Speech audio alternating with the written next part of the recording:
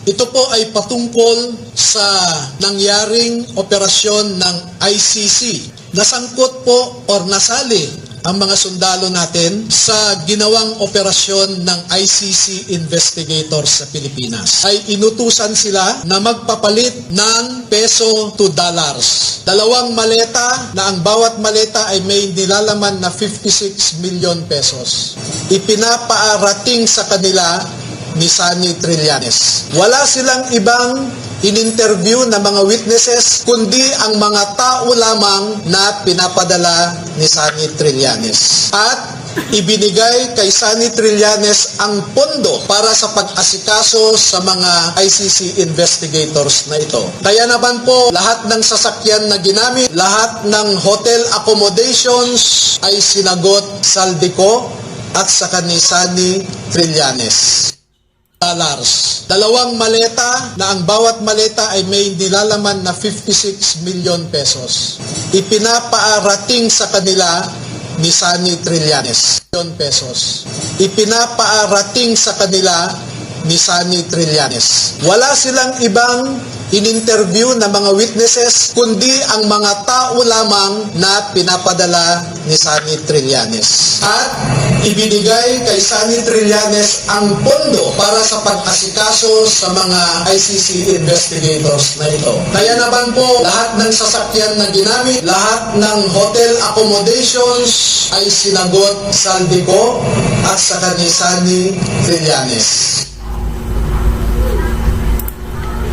Breaking news mga kaibigan! Ayan na!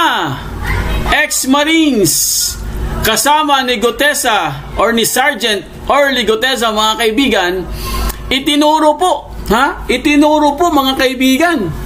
Etong si Triniling, nako, talagang makapanindig balahibo po itong balita mga kaibigan. Binigyan umano ayon po ito sa mga lumabas na mga ex-Marines. 18 po na mga ex-Marines mga kaibigan ang nagpahayag at talagang binigyan po ng 2 milyong dolyar po ito $2 million, hindi po ito peso $2 million po ito mga kaibigan para po di umano sa ICC investigators. Nako, kasi po mamaya guys, lalabas na po ito sa confirmation of charges. Aabangan po natin ito mga kaibigan, dahil matindi po itong pasabog ng mga ex-Marines, itong mga kasamahan po ni Sergeant Gutesa na di umano'y nagtatrabaho din po at talagang may personal knowledge at experience patungkol po dito sa kumakalat na mga maletang pera po na inihatid sa mga politiko. At hindi lang yan hindi lang po yan mga kaibigan, meron pa guys.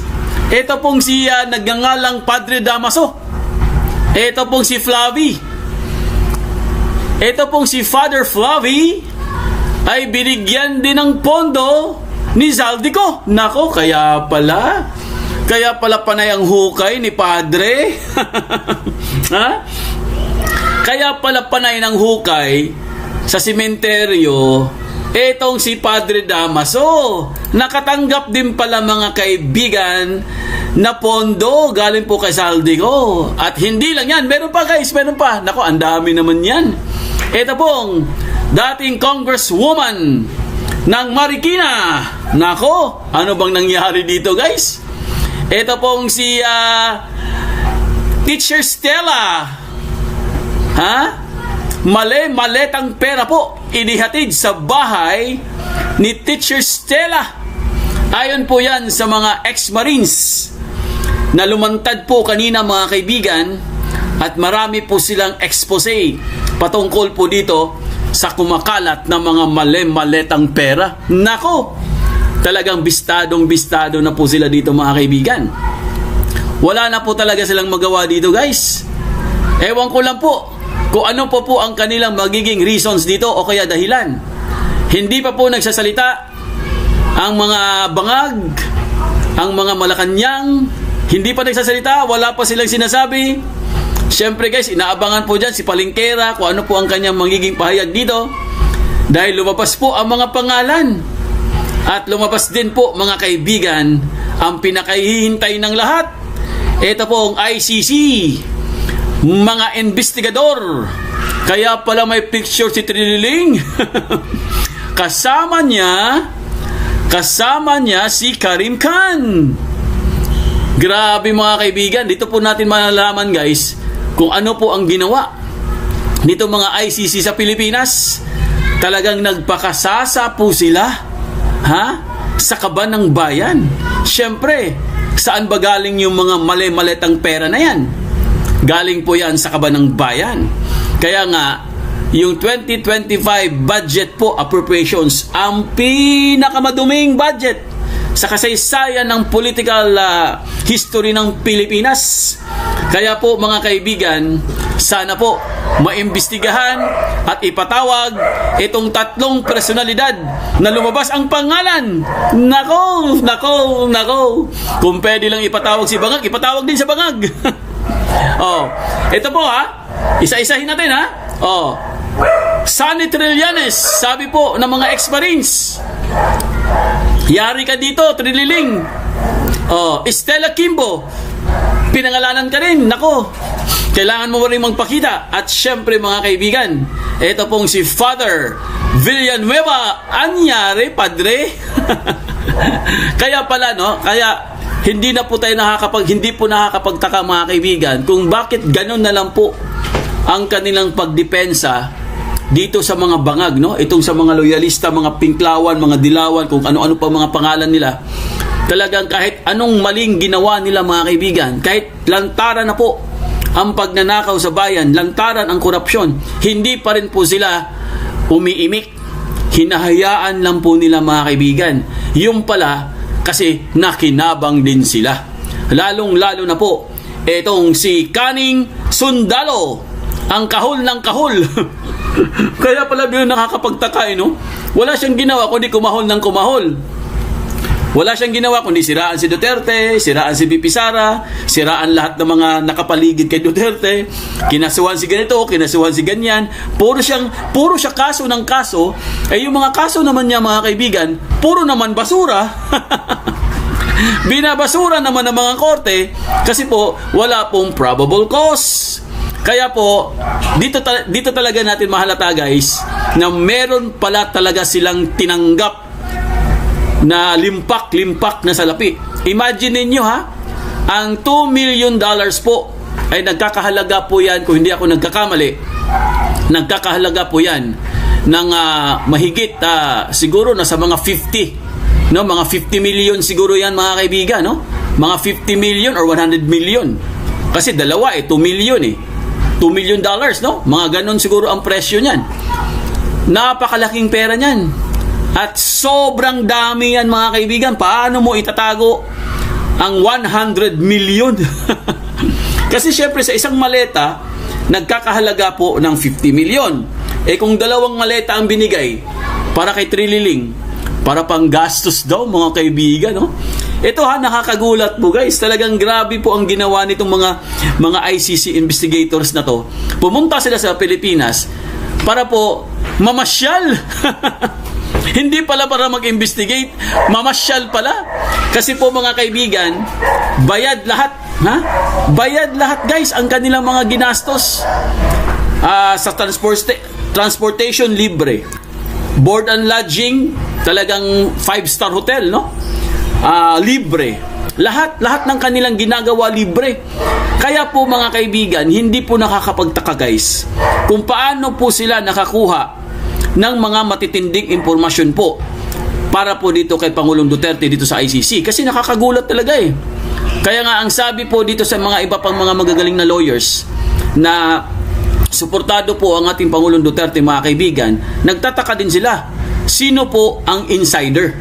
Sino po ang tumatraidor sa ating Pangulong Duterte? Kasi nakakapagtaka talaga Paano nila nakuha lahat ng impormasyon na yon? Kumbaga, imposible namang bigla-bigla na lang nilang nakuha yung mga dokumento na yon kasi nakatago lahat yan Di ba? Bago mo makuha yan, kailangan may dadaanan ka pa. Pero pag meron kang kasabwat at meron kang insider, ay madali mo makuha yung mga documents na yun. Kasi nakakapagtaka kagabi.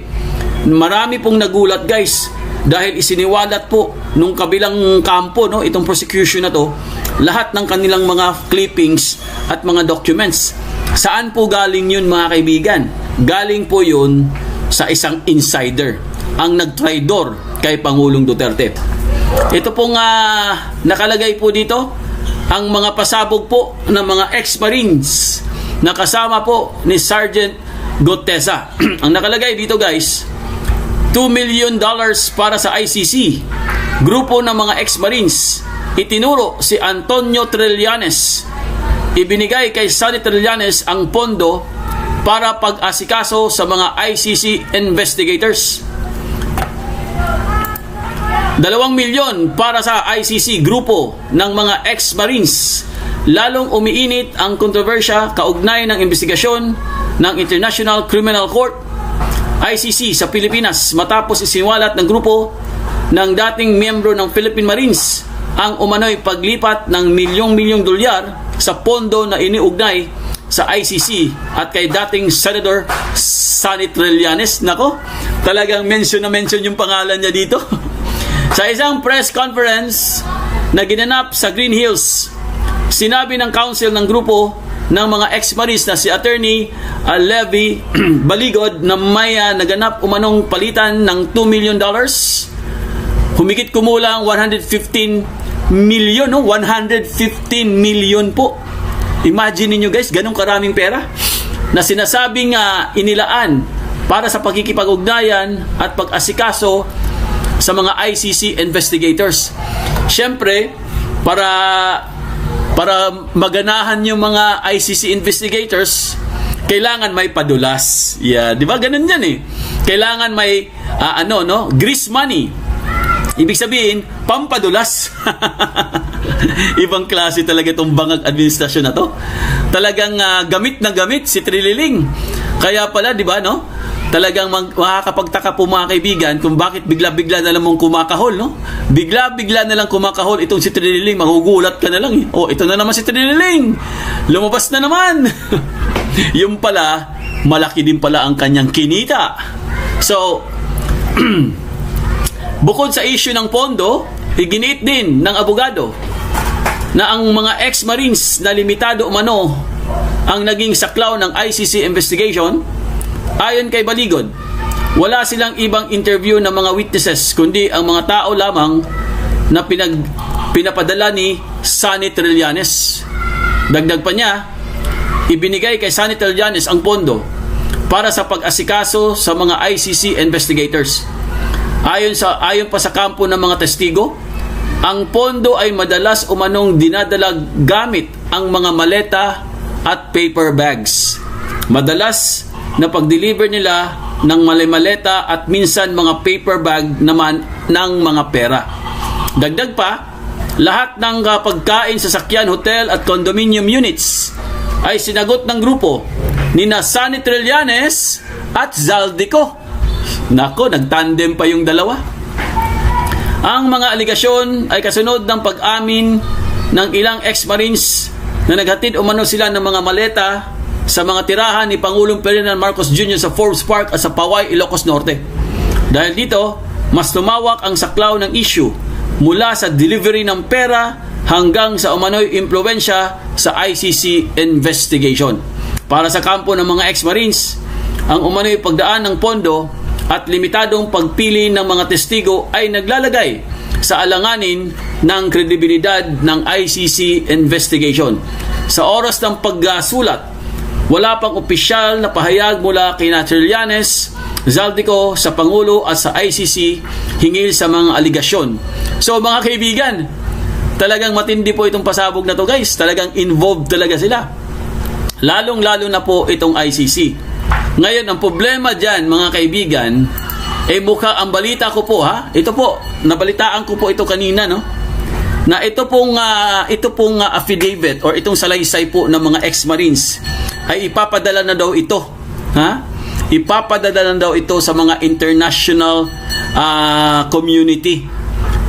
para po sa mga miyembro, para po ito sa mga miyembro, kasalukuyang miyembro ng ICC. Nako, syempre guys, pag pinadala nila itong mga salaysay ng mga ex-Marines, syempre, ano po magiging reaction ng mga bansa na miyembro pa ng ICC? Syempre, pagugulat sila pag nakita nila ito at nabasa nila, guys. Sasabihin nila, ganun pala ang ICC, pera-pera pala ang labanan. Baka mamaya mag-withdraw na po lahat. 'Di ba? Baka mag-withdraw na lahat ng kanilang mga miyembro. Dahil po dito sa pasabog ng mga ex-Marines. Tandaan nyo mga kaibigan, meron pong malaking kredibilidad or mabigat na credibility itong mga ex-Marines. Kasi guys, dati po silang mga men in uniform Pinag-aralan din nila yan kung paano mag-handle ng mga evidence or paano mag-expose ng mga korupsyon. Hindi naman basta-basta magsisinungaling itong mga magigiting na mga dating mga abogado natin, Siyempre guys, meron po silang natitirang mga dignidad dyan. Yung tinatawag nilang prinsipyo ng mga sundalo. Kasi meron po silang sinumpaan dyan. Meron po silang pledge dyan mga kaibigan na kahit hindi ka na abogado, like for example, retired ka na or umalis ka na, nag-resign ka na. Pero, yung pagiging sundalo mo daw mga kaibigan na hindi na daw mawawala yun. Talagang nasa sistema mo na yun. Forever ka na maging sundalo. Kaya anytime na may magkaroon po ng gulo or gera sa bansa natin, ipapatawag ka dahil dati kang sundalo. So, ngayon mga kaibigan, dahil po dito sa matinding pasabog po ng mga ex-Marines at na-involve po dito si Trililing, nako! Sabi ko nga sa inyo guys eto na po siguro ang katapusan. Malamang sa malamang, ewan ko lang talaga, sana po, kung mabasa po ito, what if, mabasa po ito sa International Criminal Court. Itong pahayag ng mga ex-Marines. Dahil nakalagay po dito sa kanilang salaysay na meron daw mga ICC investigators na binigyan ng nagkakahalaga ng $2 million. Ano kayang mangyayari guys pag nalaman nila ito? Na meron pala talagang money involved. Kaya po mga kaibigan, ganun na lang po sila katindi na magpakalat ng mga kasinungalingan, mga misinformation, hindi tamang mga impormasyon na sinabi kagabi. Kasi po mga kaibigan, meron pala talagang tumanggap